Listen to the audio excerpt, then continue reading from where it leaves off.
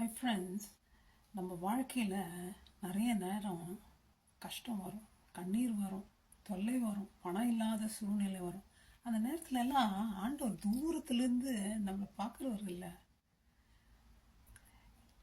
Bible படிச்சோம்னா எலியா கூட பஞ்சம் வரப்போகுது, ஆண்டவருக்கு தெரியும். பஞ்சம் வந்து எலியா செத்துரும் கூடும், ஆனால் சாகாமல் அந்த உணவு அவருக்கு டெய்லி கிடைக்கும்படி செய்கிறார். நீங்கள் நினைக்கலாம், திடீர்னு எனக்கு வேலை இல்லாமல் போயிடுச்சு, திடீர்னு எனக்கு நோய் வந்துடுச்சு, பார்க்க ஆள் இல்லை, கதறின்னு இருக்கிறீங்களா? உங்களுக்கு ஆறுதலான வார்த்தை, கர்த்தர் உங்களோட பயணம் செய்வார். உங்கள் இல்லாமையில், உங்கள் கஷ்டத்தில், உங்கள் கண்ணீரின் மத்தியில் உங்களோட நிற்கிற தேவன். ஓடி போகிறவர் இல்லை, முதுக காட்டுறவர் இல்லை, சிரிக்கிறவர் இல்லை, ஏளனம் பண்ணுறவர் இல்லை. தூரத்தில் மைல் கணக்கு மேலே இருந்தாலும், வானங்களிலும் வானங்களிலும் வைத்து இருந்தாலும், தாழ பூமியில் இருக்கிற மனுஷனை எப்பொழுது நோக்கி இருக்கிற தேவன். பாட்டு இப்படியா சொல்லுதுங்க, அந்த பாட்டு பாடுறவங்களுக்கு.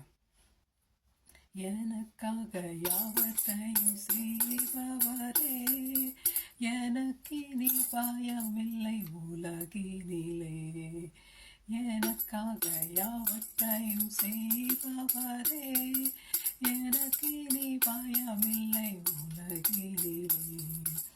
எனக்காக யாவற்றையும் செய்வதினால் நான் ரட்சிப்பின் பாத்திரம் ஏந்தி தொழுதிடுவேனா. ரட்சிப்பின் பாத்திரம் ஏந்தி தொழுதிடுவே.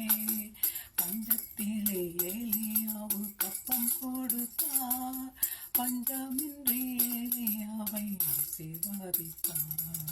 பஞ்சத்தீரும் மழை அந்த விதவாய் வைக்கல், அந்த பானையில் எண்ணெயும் மாவும் குறையவில்லை, அந்த பானையில் எண்ணெயும் மாவும் குறையவில்லை.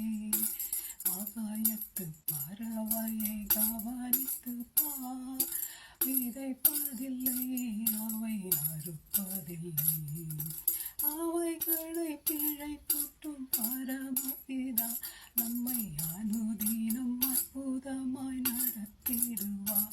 நம்மை அனுதினம் அற்புதமாய் நடத்திடுவார். எனக்காக யாவற்றையும் செய்பவரே, எனக்கு நீ பயமில்லை உலகினிலே. எனக்காக யாவற்றையும் செய்வதினால் நான் ரட்சிப்பின் பாத்திரம் தொழுதிடுவேன். ஸோ நம்ம வேலை ரட்சிப்பின் பாத்திரத்தை எடுத்து ஆண்டவரை எப்பொழுதும் தொழுது கொண்டு துதித்து கொண்டே இருப்போம். ஆண்டவர் உங்களோடு இருக்கிறார். தைரியமாக இருங்க. May God bless you my friends. Thank you.